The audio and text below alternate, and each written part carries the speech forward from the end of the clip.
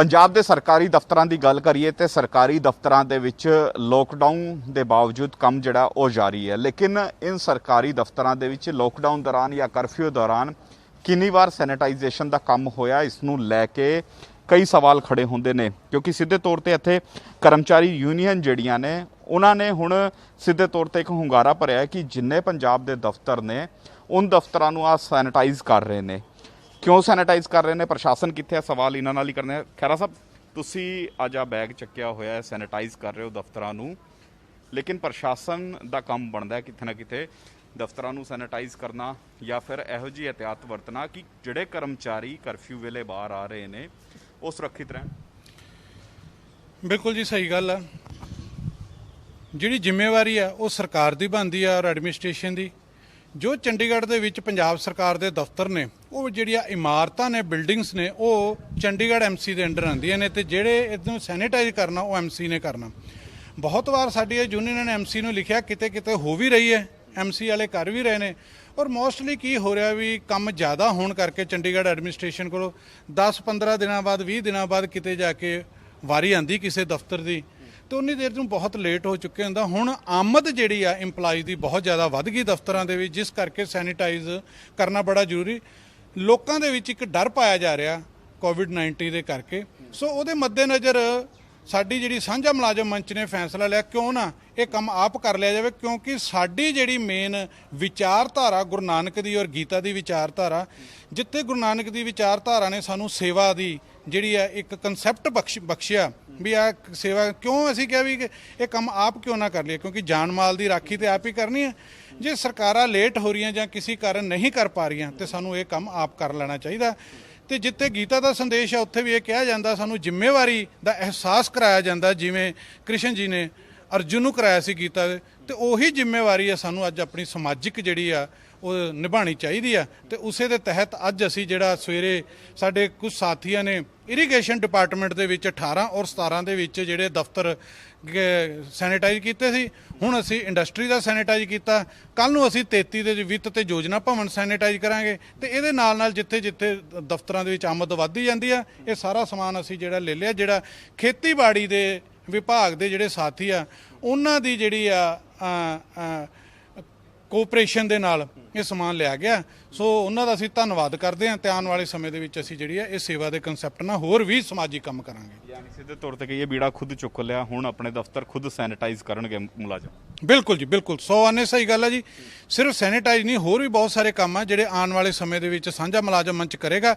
पहले भी असीं नशिਆਂ ਦੇ विरुद्ध मुहिम शुरू की, पिंडां 'ਚ जा के काम कीता सीगा। इस दे नाल दी नाल ब्लड डोनेशन कैंप लाया सी, बहुत वड्डा बॉडी डोनेशन दा कीता सीगा। ਤੇ ਜਿਹੜੇ ਪੁਲਵਾਮਾ ਦੇ ਸ਼ਹੀਦ ਆ ਉਹਨਾਂ ਨੂੰ ਰਿਗਾਰਡ ਕਰਦੇ ਉਹਨਾਂ ਦੀ ਫੈਮਲੀਆਂ ਨੂੰ ਜਿਹੜੀ ਵਿੱਤੀ ਸਹਾਇਤਾ ਦਿੱਤੀ। ਸੋ ਇਹੋ ਜਿਹੇ ਕੰਮ ਅਸੀਂ ਜਿਹੜਾ ਸਾਡਾ ਸਾਂਝਾ ਮੁਲਾਜ਼ਮ ਮੰਚ ਆ ਉਹ ਕਰਦਾ ਰਹੇਗਾ। ਚੰਡੀਗੜ੍ਹ ਦੇ ਵਿੱਚ ਹੋਏਗਾ ਜਾਂ ਪੰਜਾਬ ਦੇ ਵੱਖ-ਵੱਖ ਸ਼ਹਿਰਾਂ ਦੇ ਵਿੱਚ ਵੀ ਜਿਹੜੇ ਦਫ਼ਤਰ ਨੇ ਉਹਨਾਂ ਵਿੱਚ ਵੀ ਤੁਸੀਂ ਮੁਲਾਜ਼ਮਾਂ ਨੂੰ ਕਹੋਗੇ ਕਿ ਇਸੇ ਤਰ੍ਹਾਂ ਨਾਲ ਸੈਨੀਟਾਈਜ਼ ਕਰਨ ਦਾ ਕੰਮ ਖੁਦ ਕਰਨ? ਅੱਜ ਇਹ ਆਪ ਕੰਮ ਕਰਨ ਦਾ ਮਕਸਦ ਇਹ ਨਹੀਂ ਸੀ ਕਿ ਅਸੀਂ ਆ ਕੇ ਫੋਟੋਆਂ ਖਿਚਾਈਏ। ਇਹਦਾ ਮਤਲਬ ਇਹੀ ਸੀਗਾ ਕਿ ਜਦੋਂ ਲੀਡਰਸ਼ਿਪ ਖੁਦ ਕੰਮ ਕਰਦੀ ਆ ਤੇ ਜਿਹੜੇ ਉਹਨਾਂ ਦੇ ਨਾਲ ਸਾਡੇ ਜਿਹੜੇ ਸਾਥੀ ਆ ਮੁਲਾਜ਼ਮ ਉਹਨਾਂ ਦੇ ਵਿੱਚ ਇੱਕ ਮੈਸੇਜ ਆਵੇ ਕਿ ਇਹ ਕੰਮ ਜੋ ਨਹੀਂ ਹੋ ਸਕਦਾ ਸਰਕਾਰ ਦੇ ਜਾਂ ਲੇਟ ਹੋ ਰਿਹਾ ਉਹ ਖੁਦ ਕਰ ਲਓ, ਕਿਉਂਕਿ ਜਾਨ ਮਾਲ ਦੀ ਰਾਖੀ ਕਰਨਾ ਸਾਡਾ ਆਪਣਾ ਫਰਜ਼ ਆ।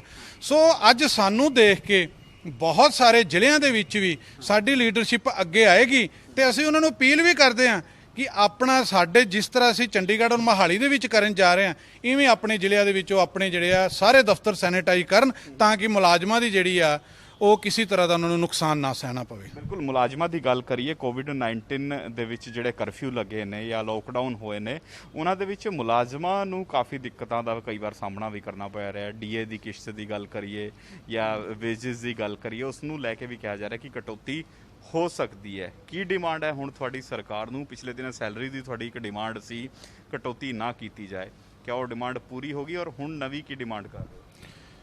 देखो जी, मेन जी वो डिमांड सी उस समय आप जी ने सारे सानू मीडिया ने बहुत समर्थन दिता जिहदे करके उन्होंने सानू सैलरी पूरी मिली है। पर उहदे विच कुछ प्रॉब्लम आ रही है। हैल्थ डिपार्टमेंट के जिहड़े वर्करस ने उन्होंने बहुत सारिਆਂ ਨੂੰ सैलरी नहीं मिली। ਜਿਹੜੇ ਸਾਡੇ आउट सोर्स वाले साथी ने अजे ताई उन्हां दी लैटर इशू नहीं हुई। असी CM ऑफिस, वित्त विभाग, परसोनल विभाग सारे नाल संपर्क किया होया, ईमेल भी की, ਭਈ ਉਹਨਾਂ ਦੀ ਐਕਸਟੈਂਸ਼ਨ ਦੇ ਦਿੱਤੀ ਜਾਵੇ। ਹੁਣ ਉਹਨਾਂ ਦੀ ਐਕਸਟੈਂਸ਼ਨ ਹੋਈ ਨਹੀਂ, ਉਹ ਇਸ ਸਮੇਂ ਹਵਾ ਦੇ ਵਿੱਚ ਆ। ਜਿਹੜੇ ਡਿਪਾਰਟਮੈਂਟ ਆ ਉਹਨਾਂ ਨੂੰ ਸੈਲਰੀ ਨਹੀਂ ਦੇ ਰਹੇ। ਫਰੰਟ ਲਾਈਨ ਦੇ ਉੱਤੇ ਸਾਡੇ ਕੰਟਰੈਕਟ ਵਰਕਰ ਤੇ ਆਊਟਸੋਰਸ ਵਾਲੇ ਲੜਾਈ ਲੜ ਰਹੇ ਆ। ਸੋ ਜਦੋਂ ਕੰਟਰੈਕਚੁਅਲ ਦੀ ਲੈਟਰ ਨਿਕਲ ਗਈ ਆ ਤੇ ਉਹ ਬਹੁਤ ਵਧੀਆ, ਅਸੀਂ ਸਰਕਾਰ ਨੂੰ ਤੇ ਉਸੇ ਆਧਾਰ ਤੇ ਅਸੀਂ ਡਿਮਾਂਡ ਕਰ ਰਹੇ ਹਾਂ ਕਿ ਆਊਟਸੋਰਸ ਦਾ ਵੀ 1 ਸਾਲ ਦਾ ਜਿਹੜਾ ਅੱਗੇ ਐਕਸਟੈਂਸ਼ਨ ਆ ਉਹ ਦੇ ਦਿੱਤੀ ਜਾਵੇ ਤਾਂ ਕਿ ਉਹਨਾਂ ਨੂੰ ਸੈਲਰੀ ਮਿਲ ਸਕੇ। ਜਿੱਥੋਂ ਤੱਕ ਸੈਲਰੀ ਕੱਟਣ ਦਾ ਸਬੰਧ ਆ ਉਹ ਅਸੀਂ ਆਪਸ਼ਨ ਕਿਹਾ ਸੀਗਾ, ਉਹ ਸਰਕਾਰ ਜਦੋਂ ਦੇਣੀ ਚਾਹੇ ਆਪਸ਼ਨ ਦੇ ਦੇ, ਜਿੰਨੇ ਕਟਾਣੀ ਕਟਾ ਲੂਗਾ, ਨਹੀਂ ਕਟਾਣੀ ਤੇ ਉਹਦੀ ਮਰਜ਼ੀ ਹੈਗੀ ਆ। ਪਰ ਤਨਖਾਹ ਦੇ ਉੱਤੇ ਜ਼ੋਰ ਜ਼ਬਰਦਸਤੀ ਦਾ ਜਿਹੜਾ ਉਹ ਸਰਕਾਰ ਦਾ ਕੋਈ ਵੀ ਹੱਕ ਨਹੀਂ ਹੈਗਾ। ਚਲੋ ਚਲਦੇ ਇੱਕ ਸਵਾਲ, ਅੱਜ ਕੈਬਨਿਟ ਮੀਟਿੰਗ ਹੋਈ ਪੰਜਾਬ ਦੀ ਜਿਹਦੇ ਵਿੱਚ ਮੁੱਖ ਸਕੱਤਰ ਸ਼ਾਮਲ ਨਹੀਂ ਹੋਏ। ਮਨਪ੍ਰੀਤ ਬਾਦਲ ਕਹਿ ਰਹੇ ਨੇ, ਚਰਨਜੀਤ ਚੰਨੀ ਕਹਿ ਰਹੇ ਨੇ ਕਿ ਜਿੱਥੇ ਮੁੱਖ ਸਕੱਤਰ ਸ਼ਾਮਲ ਹੋਣਗੇ ਉਹ ਉਸ ਮੀਟਿੰਗ ਦਾ ਹਿੱਸਾ ਨਹੀਂ ਬਣਨਗੇ। ਕਿਸ ਤਰ੍ਹਾਂ ਦੇਖਦੇ ਹੋ ਵਜ਼ਾਰਤ ਔਰ ਅਫਸਰਸ਼ਾਹੀ ਦੇ ਵਿੱਚ ਜਿਹੜੀ ਆ ਤਕਰਾਰ ਚੱਲ ਰਹੀ ਹੈ? ਦੇਖੋ ਜੀ, ਸਰਕਾਰ ਦਾ ਜੋ ਸਿਸਟਮ ਆ ਬੜੇ ਲੰਬੇ ਸਮੇਂ ਤੋਂ ਅਸੀਂ ਦੇਖ ਰਹੇ, ਅਸੀਂ ਮੀਡੀਆ ਦੇ ਵਿੱਚ ਵੀ ਕਿਹਾ ਇਹ ਸਿਸਟਮ ਬਣ ਨਹੀਂ ਰਿਹਾ। ਸਰਕਾਰ ਚੱਲ ਰਹੀ ਆ ਪਰ ਸਰਕਾਰ ਜਿਹੜੀ ਆ ਉਹ ਕਿਸ ਸਮੇਂ ਨਾਲ ਚੱਲਣੀ ਚਾਹੀਦੀ, ਉਹ ਅਜੇ ਤਾਈਂ ਇਹਨਾਂ ਦੇ ਵਿੱਚ ਅਫਸਰਸ਼ਾਹੀ ਔਰ ਮੰਤਰੀਆਂ ਦੇ ਵਿੱਚ ਅਜੇ ਤਾਈਂ ਉਹ ਕੋਆਪਰੇਸ਼ਨ ਨਹੀਂ ਹੋ ਸਕੀ, ਕਿਉਂਕਿ ਇਹ ਪਤਾ ਨਹੀਂ ਆਪ ਹੁਦਰੇ ਤਰੀਕੇ ਨਾਲ ਕਿਵੇਂ ਚੱਲ ਰਹੀ, ਇਹਦੇ ਬਾਰੇ ਅਜੇ ਸਮਝ ਤੋਂ ਬਾਹਰ ਆ। ਨੰਬਰ 2, ਮਨਪ੍ਰੀਤ ਬਾਦਲ ਜੀ ਤਾਂ ਬਹੁਤ ਵੱਡੀਆਂ ਗੱਲਾਂ ਕਰਦੇ ਨੇ, ਸ਼ਾਇਦ ਅੱਜ ਵੀ ਉਹਨਾਂ ਨੇ ਕੁਛ ਇਹੋ ਜਿਹੀ, ਮੇਰਾ ਜ਼ਮੀਰ ਜਿਹੜਾ ਹੈਗਾ ਉਹ ਇਹ ਨਹੀਂ ਕਹਿੰਦਾ ਕਿ ਮੈਂ ਚੀਫ ਸੈਕਟਰੀ ਨਾਲ ਬੈਠ ਕੇ ਮੀਟਿੰਗ ਕਰਾਂ। ਉਹ ਜ਼ਮੀਰ ਤੇ ਸਾਡਾ ਵੀ ਨਹੀਂ ਕਹਿੰਦਾ ਕਿ ਅਸੀਂ ਤੇਰੇ ਨਾਲ ਬੈਠ ਕੇ ਗੱਲ ਕਰੀਏ, ਪਰ ਸਾਨੂੰ ਕਰਨਾ ਪੈ ਰਿਹਾ। ਇੱਕ ਬੰਨੇ ਤੁਸੀਂ ਕਹਿ ਰਹੇ ਵੀ ਮੈਂ ਮੀਡੀਆ ਦੇ ਵਿੱਚ ਆ ਕੇ ਇਹ ਗੱਲ ਨਹੀਂ ਕਰ ਸਕਦਾ ਪਬਲਿਕਲੀ ਵੀ ਸਾਨੂੰ ਇੰਨੀਆਂ ਪੈਨਸ਼ਨਾਂ ਕਿਉਂ ਮਿਲ ਰਹੀਆਂ। ਹੁਣ ਉਹ ਤੇਰਾ ਜ਼ਮੀਰ ਕਿੱਥੇ ਮਰ ਗਿਆ ਸੀਗਾ ਜਦੋਂ ਸਾਡੇ 2004 ਤੋਂ ਬਾਅਦ ਭਰਤੀ ਮੁਲਾਜ਼ਮਾਂ ਨੂੰ ਇੱਕ ਵੀ ਪੈਨਸ਼ਨ ਜਿਹੜੀ ਨਹੀਂ ਮਿਲ ਰਹੀ, ਜਿਹੜੀ ਉਹ ਮੰਗ ਰਹੇ ਨੇ ਪੁਰਾਣੀ ਪੈਨਸ਼ਨ, ਤੇ ਤੁਸੀਂ ਇੰਨੀਆਂ ਪੈਨਸ਼ਨਾਂ ਲੈ ਰਹੇ ਹੋ। ਉਹਨੂੰ ਤੁਹਾਡੀ ਜ਼ਮੀਰ ਕਿਉਂ ਨਹੀਂ ਜਾਗਦੀ?